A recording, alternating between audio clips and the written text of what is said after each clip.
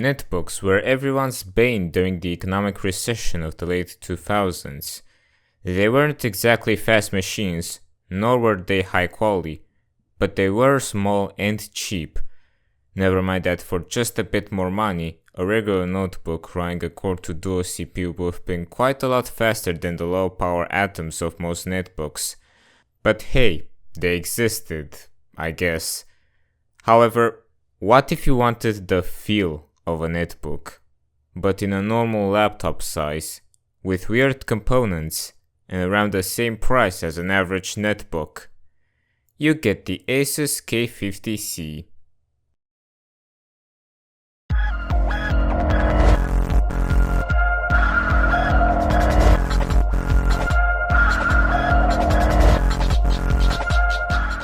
It is my displeasure to say that I've had this laptop for 13 years, and let's just say I still have nightmares about this thing every now and then. Released in 2008, this laptop saw fairly mediocre reviews, with people saying that for just a bit more cash, you could get a half-decent Core 2 Duo notebook that would be much faster. Nevertheless, back in 2010 we got this bad boy from the supermarket for our family to use it, and somehow, it's still running to this day. It no longer has a battery since it's been dead for many years, and it's missing a hinge cover, but hey, it still works. As far as specs is concerned, this is where everything falls apart like dry bread. The CPU being used here is an Intel Celeron 220, a single core Conroe chip running at 1.2 GHz with 512 KB of cache. It's part of the same family as the Celeron 430 that I reviewed earlier this year, only difference being that the 220s clocked a whopping 600 MHz lower. Interestingly though, this laptop has a slight overclock by default, so the 220 is running at 1.5 GHz. Decent boost, I guess? RAM wise, we've got 2 GB running at 667 MHz. Nothing to complain about for the time, since some laptops were still coming with 1 GB and maybe even 512 MB. A 250 GB hard drive was also included. And at last, we've got the graphics. Oh boy, it's the grand return of SiS with their crazy new Mirage 3 Plus 672MX graphics processor, with such great specs as 2 pixel shaders, a whopping 0 vertex shaders, 4 TMUs, 2 RPs, a core clock speed of up to 300 MHz. Actually, I'm not even gonna joke any longer because ASUS. What were you thinking? This combination of hardware is just so weird. For starters, nobody, and I repeat, no other manufacturer around, put a Celeron 220 in a laptop. And for obvious reasons, it was barely faster than the fucking Atom N270, while consuming a lot more power. Also, why SiS? Was it that much more expensive to put an Intel chipset in this? Something with a lot more support perhaps? The control panel for the Mirage 3 Plus is the same fucking dogshit low effort junk from the original Mirage. I understand that this wasn't exactly made for high-end gaming, yeah, but even Intel put more effort in their drivers at the time. But whatever. Build quality wise, I guess the fact that this laptop still works after 13 years means it was built alright. Port wise, on the left we got a DVD-RW drive and nothing else. On the front we got speakers, which make sound I guess, and an SD card slot.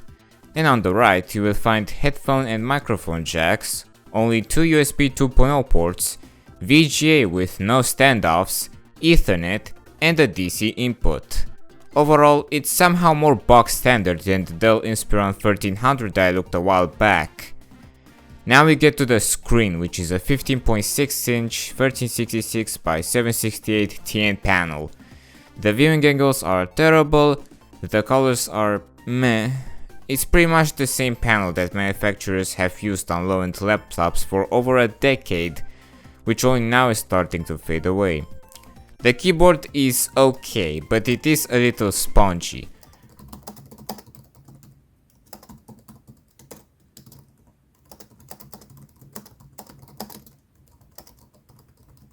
The trackpad meanwhile is abominable. I don't need to explain, it being small as fuck speaks 1,000 words. Speaking of small, the K50C also has a webcam. Moving on. There's also a teeny microphone below the screen, which is fantastic. Oh yeah, so this actually has a microphone. That's something. It probably sounds like ass, but it's there. It's there, you know. As far as software goes, we're gonna try multiple operating systems, including Windows XP, 7, and some distro of Linux. So Windows XP installed without any issues, however, we need to fix this. But luckily, I still have the original discs that this laptop came with. So we got this one for Vista, for 7, this CD with some programs, and also this XP driver disk. We're gonna put this in the machine, see what comes up with, and we'll come back. So it comes up with this program which contains a bunch of Windows updates, I'm guessing, and the necessary drivers as well, but also quite a bit of bloatware. So we have this like 80k whatever, I'm guessing it's for like function keys, but also live frame 2, powerful gear. God, this touchpad sucks. Virtual camera. I don't know. There's a real camera here. Why do you need a virtual camera? Jokes aside, I mean, got Express Gate utility, which I guess for the Express Gate thing. Screensaver, we'll see. Fancy Start. I don't know what this is, but it sounds sketchy. On a little note, Fancy Start is actually kind of cool. It allows you to create your own custom bio startup screen, with sounds and everything.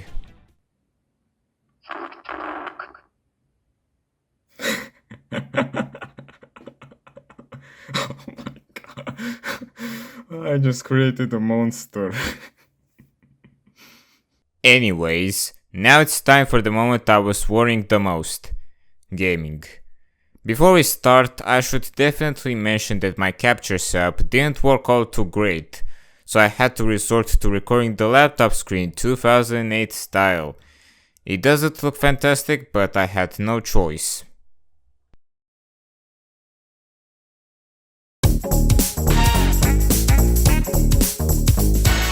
In 3D Mark 2001 SE, the ASUS K50C only managed a score of 2052. It's massively disappointing given that Dell Inspiron 1300 I made a video on a while back scored almost double. And it's pretty much the same story in 03, getting just shy of 600. In Quake 3 we had to drop the resolution to 640x480 to get close to a competitive experience, and even then it still dropped in scenarios of high intensity. I'd say it's pretty decent for casual play, but for a GPU from 2007, it's damn disappointing. Unreal Tournament at 640x480 with the default high settings ran fine.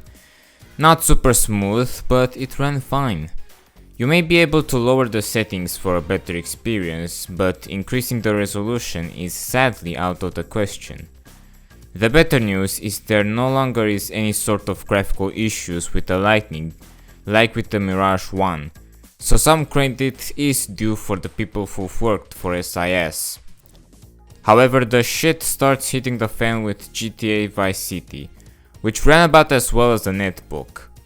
No, actually, I think it may be running slightly worse than your typical netbook. This was not enjoyable, especially in heavy mayhem with the cops. Oh my god, Halo actually isn't pixelated like on the Mirage 1?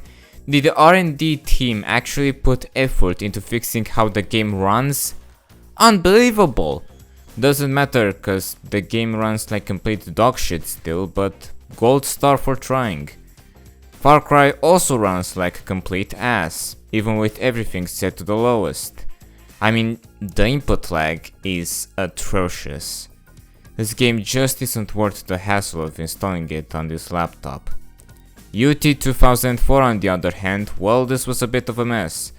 I tested 3 maps and none of them ran well. Also, the mouse feels weird. Its movement is quite janky and just I don't like it.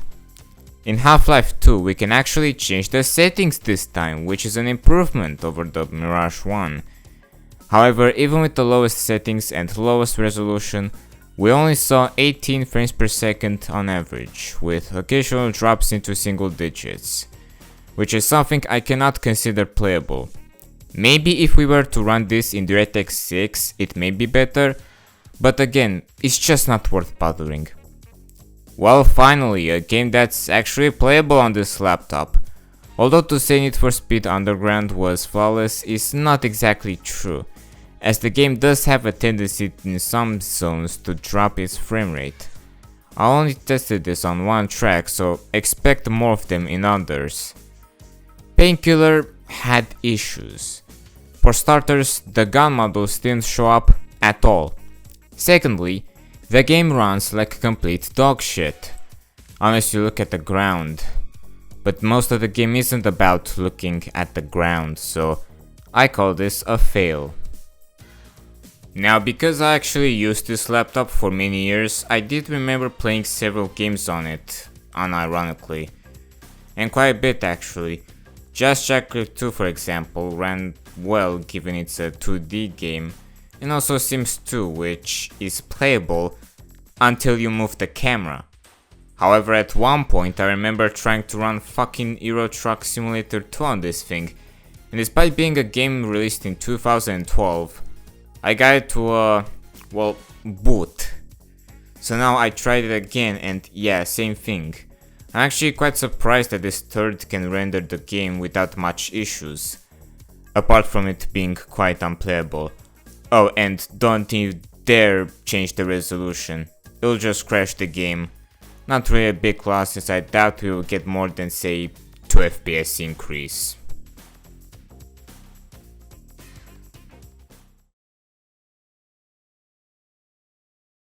So this was the games section, and as expected, it was terrible. No, it was even worse than I intentionally thought. But back to the laptop. I decided to try some newer operating systems to see how this laptop would cope in the year 2023.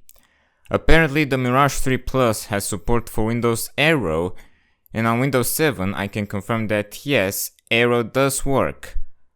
Not fantastically, but it does work. Nevertheless, I'd still switch to basic for this one. Web browsing works, but it takes quite a lot of time loading pages, and when you do get there, expect sluggish performance, even with an ad blocker. It is how it is. The modern web is about as bloated as a 2003 PC from Best Buy. Then I tried Linux Mint, and well, there's a bit of a problem. It seems as though the Mirage 3 isn't supported officially. You could get it working with an older build, but it would require a lot of tinkering, and it's not worth it in my opinion.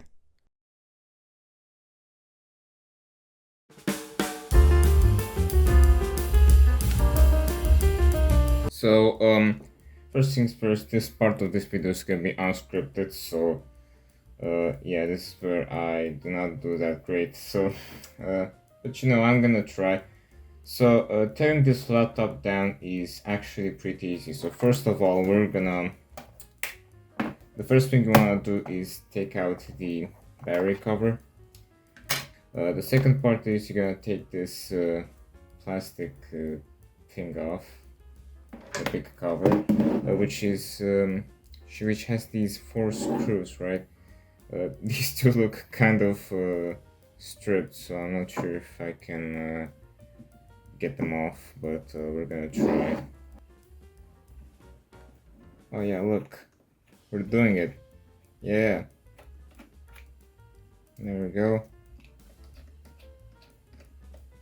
These two don't look as stripped, I guess. Yeah, I dropped that screw.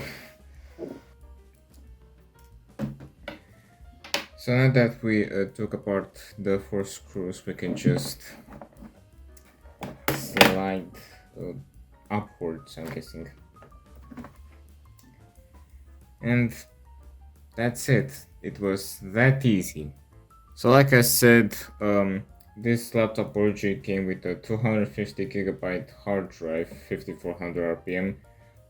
Not bad capacity, but you know, not that fast nowadays. So just to help out this laptop a little bit, I put the €4 AliExpress SSD, the Kingspec one that's 120GB. So my main objective right now is to replace this single 2GB Kingston RAM module with 2 of these 1GB SK Hynix ones, to see if we can get some extra performance.